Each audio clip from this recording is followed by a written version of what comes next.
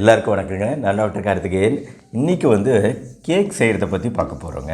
அச்சோ என்ன டாக்டர் கேக்கெலாம் உடம்புக்கு ஆகவே ஆகாது அப்படின்னு சொன்னிங்கன்னா, இன்றைக்கி நான் செஞ்சு காமிக்கக்கூடிய கேக்கில் மைதா கிடையாது, சர்க்கரை கிடையாது, ஈவன் முட்டை கூட கிடையாது. ப்ளஸ் இந்த கேக்குக்கு நான் உபயோகப்படுத்தக்கூடிய பொருட்கள் எல்லாமே மிகவும் ஆரோக்கியமான உணவுகள். ஸோ இந்த கிறிஸ்மஸ் சீசனை ஆரோக்கியமாக கொண்டாடுங்க.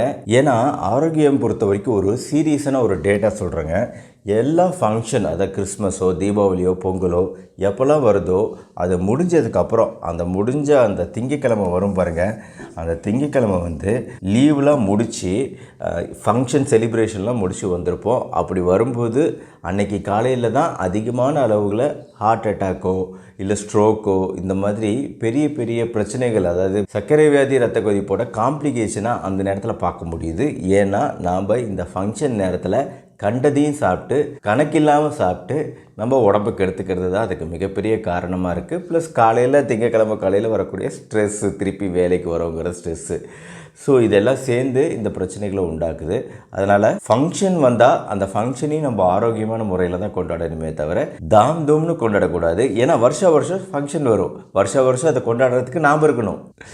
ஸோ இன்றைக்கி ஆரோக்கியமான கேக் எப்படி செய்யுதுங்கிற ரெசிபியை பார்ப்போம். இந்த வீடியோவில் ஹெல்த்தியாக மைதா மாவு சேர்க்காம, சுகர் சேர்க்காம, வெண்ணெய் சேர்க்காம சூப்பராக ப்ளஃபியாக ஒரு கேக் தான் செய்ய போகிறோம். வாங்க எப்படி செய்கிறதுன்னு பார்க்கலாம்.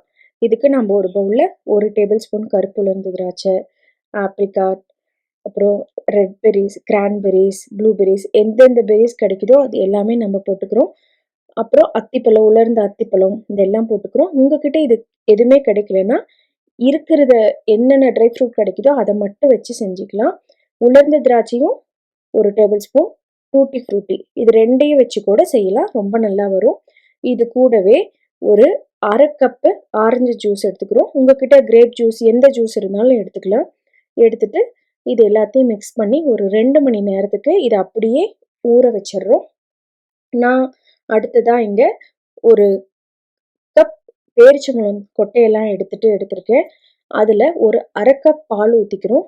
ஊற்றிட்டு ஒரு பாத்திரத்தில் போட்டுட்டு நல்லா கலந்து விட்டுக்கிறோம். கலந்து விட்டுட்டு இதை அப்படியே நல்லா கொதிக்க வைக்க போகிறோம். மீடியம் ஃப்ளேம் அடுப்பில் வச்சுக்கோங்க. வச்சுட்டு இதை கொதிக்க வைக்கும்போது பார்த்திங்கன்னா உங்களுக்கு நல்லா குக்காகி வந்துடும். அப்போ குக்காகும் போது அந்த பார்த்திங்களா பாலும் பேரிச்சம்பழமும் எல்லாம் சுண்ட வரும்போது அடுப்பை ஆஃப் பண்ணிவிட்டு இதை நல்லா ஆற வச்சுட்டு மிக்சியில் போட்டுக்கிறோம். மிக்சியில் போட்டதுக்கப்புறம் இது கூட ஒரு 3 லவங்கம் போட்டுக்கிறோம். ஒரே ஒரு சின்ன துண்டு பட்டை போட்டுக்கிறோம். ஒரே ஒரு ஏலக்காய் போட்டுக்கிறோம். ஒரு 1/4 டீஸ்பூன் சுக்கு பொடி போட்டுக்கிறோம். அடுத்ததாக இதில் ஜாதிக்காய் போட்டுக்க போகிறோம். இந்த ஜாதிக்காவை தூள் பண்ணி கொஞ்சமாக எடுத்துக்கோங்க. இது நல்ல ஸ்ட்ராங் ஃப்ளேவரை கொடுக்கும். அதனால் இந்த மாதிரி கொஞ்சமாக போட்டுக்க போகிறோம்.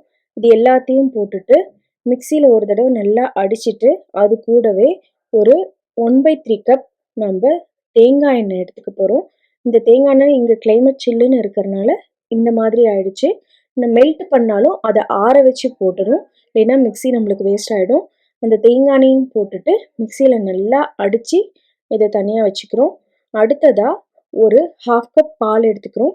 அந்த பாலில் ஒரு 2 ஸ்பூன் வினிகர் போட்டுக்கிறோம். வினிகர் போட்டுட்டு தனியாக எடுத்து ஒரு 10 நிமிஷத்துக்கு அப்படியே வச்சுக்கிறோம். இது அப்படியே அந்த பாலும் வினிகரும் சேர்ந்து நம்மளுக்கு தயிர் மாதிரி வந்துடும். இது நம்ம கடைசியாக கேக் கலக்கிறதுக்கு வச்சுக்கலாம். அடுத்ததாக இன்னொரு பேனில் ஒரு 2 ஸ்பூன் நான் நாட்டு சக்கரை எடுத்துக்கிறேன். 2 டேபிள் ஸ்பூன் நாட்டு சக்கரை எடுத்துகிட்டு கொஞ்சமாக ஒரே ஒரு டேபிள் ஸ்பூன் தண்ணி ஊற்றிக்கிறேன். தண்ணி ஊற்றிட்டு இதை நல்லா கரைச்சிக்கிறேன். சப்போஸ் உங்கள் நாட்டு சக்கரையில் மண் இருக்கிற மாதிரி இருந்தால் வடிகட்டி எடுத்துக்கோங்க. இது எதுக்குன்னா கலர் கொடுக்கறதுக்காக கொஞ்சமாக ஆட் பண்ணியிருக்கோம், அவ்வளோதான். இதையும் நம்ம தனியாக எடுத்து வச்சுக்கிறோம். அடுத்துதான் நம்ம 2 மணி நேரம் ஊற வச்சிருக்கோம் இல்லைங்களா, அந்த ஃப்ரூட்ஸ், ட்ரை ஃப்ரூட்ஸ் எல்லாம் அது கூடவே இந்த டேட்ஸை போட்டு நல்லா மிக்சியில் அடித்து வச்சுருக்கோம்ல அந்த மிக்ஸை இதில் போட்டு நல்லா மிக்ஸ் பண்ணிக்கிறோம். நல்லா கலந்து விட்டதுக்கப்புறமா நம்ம எடுத்து வச்சுருக்க நாட்டு சர்க்கரையும் கூட வெண்ணிலா எசன்ஸும் போட்டு மிக்ஸ் பண்ணிக்கிறோம். இது கலருக்காக, வெண்ணிலா எசன்ஸ் ஃப்ளேவருக்காக போட்டுட்டு எல்லாத்தையும் நல்லா மிக்ஸ் பண்ணிக்கிறோம். அடுத்ததாக ட்ரை இன்க்ரீடியன்ட்ஸ் ஆட் பண்ணிக்க போகிறோம். இதில் 1 கப் கோதுமை மாவு எடுத்துக்கிறோம். அது கூடவே 1 டேபிள் ஸ்பூன் கார்ன்ஃப்ளவர் பவுடர் எடுத்துக்கிறோம். இதில் 1/2 teaspoon baking soda, 1 teaspoon baking powder. இது எல்லாத்தையும் போட்டுட்டு நல்லா கட்டி இல்லாமல் சலிச்சு எடுத்துக்கிறோம். சலிச்சு எடுத்துட்டு இதை மிக்ஸ் பண்ணிக்க போகிறோம். பாருங்கள், ஃபுல்லாக கட்டி இல்லாமல் நம்ம இப்போ சலிச்சு எடுத்தாச்சு. இதை மிக்ஸ் பண்ணிக்க போகிறோம். இந்த டைமில் கொஞ்சம் கெட்டிப்படும். இந்த மாதிரி கெட்டிப்படும்போது நம்ம பாலையும் வினிகரையும் ஊற்றி கலந்து வச்சுருக்கோம் இல்லைங்களா, அதை கொஞ்சம் கொஞ்சமாக போட்டுட்டு இது கூட நம்ம மிக்ஸ் பண்ணிக்கிறோம். ரொம்ப தண்ணியாக இருந்துச்சுன்னா கேக் உடஞ்சிரும். கரெக்டான கன்சிஸ்டன்சியாக பார்த்து கொஞ்சம் கொஞ்சமாக இந்த மாதிரி ஊற்றி ஊற்றி மிக்ஸ் பண்ணிக்கோங்க. மிக்ஸ் பண்ணிவிட்டு கொஞ்சம் ரொம்ப கெட்டியாக இருக்கிற மாதிரி ஃபீல் பண்ணிங்கன்னா மறுபடியும் ஒரு 1/4 கப் மட்டும் நீங்கள் பால் ஆட் பண்ணிக்கலாம். ஆட் பண்ணிவிட்டு மறுபடியும் இந்த கன்சிஸ்டன்சி வர மாதிரி நல்லா கலந்து வச்சுக்கோங்க. கலந்துட்டு இதில் நம்ம இப்போ ஒரு நட்ஸ் எல்லாம் ஆட் பண்ணிக்க போகிறோம். உங்ககிட்ட என்னென்ன நட்ஸ் இருக்கோ அது எல்லாமே ஆட் பண்ணிக்கலாம். இதில் பாதாம், முந்திரி, அப்புறம் வால்நட், இது 3யும் ஆட் பண்ணியிருக்கேன். கொஞ்சம் கொஞ்சமாக பிடிச்சி 1 டேபிள் ஸ்பூன் போட்டிருக்கேன். இது எல்லாத்தையும் நல்லா மிக்ஸ் பண்ணிட்டோம். மிக்ஸ் பண்ணி இதை அப்படியே வச்சுக்கிறோம். அடுத்ததாக ஒரு கேக் டின் எடுத்துக்கிறோம். எடுத்துட்டு அதில் கொஞ்சமாக தேங்காய் எண்ணெயை இந்த மாதிரி சுற்றியும் ஸ்ப்ரெட் பண்ணி விட்டுக்கிறோம். அவ்வளோதான்.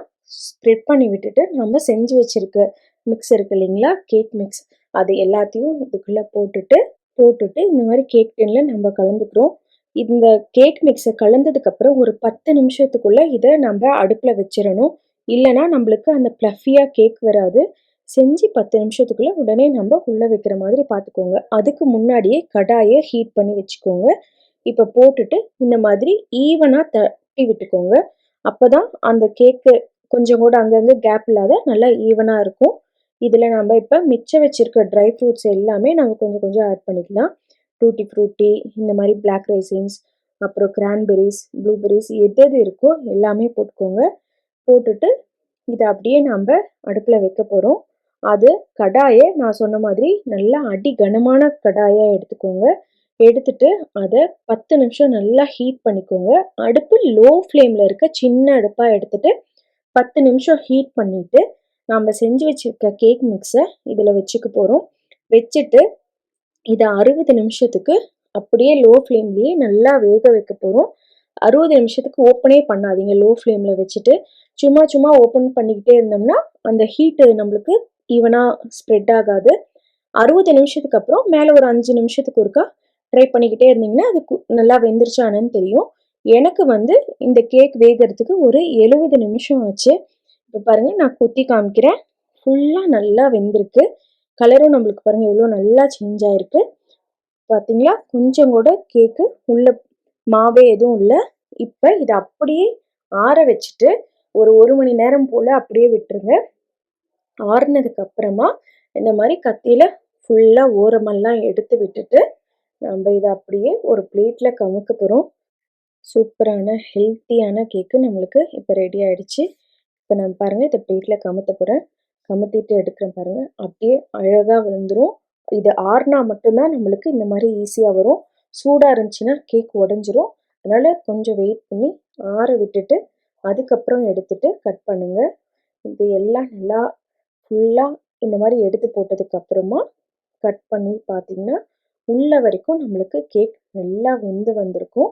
அதே மாதிரி நல்லா ஸ்பாஞ்சியாகவும் இருக்கும் கேக்கு. ரொம்ப டேஸ்ட்டாக இருக்கும். ட்ரை பண்ணி பாருங்கள். தேங்க்யூ. ஸோ இந்த ரெசிபி உங்களுக்கு பிடிச்சிருக்குன்னு நினைக்கிறேன். கண்டிப்பாக உங்கள் குழந்தைங்களுக்கு எல்லாருக்குமே செஞ்சு கொடுங்க. பெரியவங்களும் சாப்பிடலாம். அளவோடு சாப்பிடுங்க. அளவில்லாத மகிழ்ச்சியோடு இருங்க. இந்த வீடியோவை உங்கள் ஃப்ரெண்ட்ஸ் அண்ட் ரிலேட்டிவ்ஸ் எல்லாருக்கும் ஷேர் பண்ணுங்கள். இந்த வீடியோ பிடிச்சிருந்துச்சுன்னா லைக் பண்ணுங்கள். நம்ம சேனல் டாக்டர் கார்த்திகேயன் சப்ஸ்கிரைப் பண்ணுங்கள். இந்த மாதிரி இன்ட்ரெஸ்டிங்கான வீடியோஸ் பார்க்க மறுபடியும் அடுத்த வீடியோவில் மீட் பண்ணுவோம். நன்றி, வணக்கம்.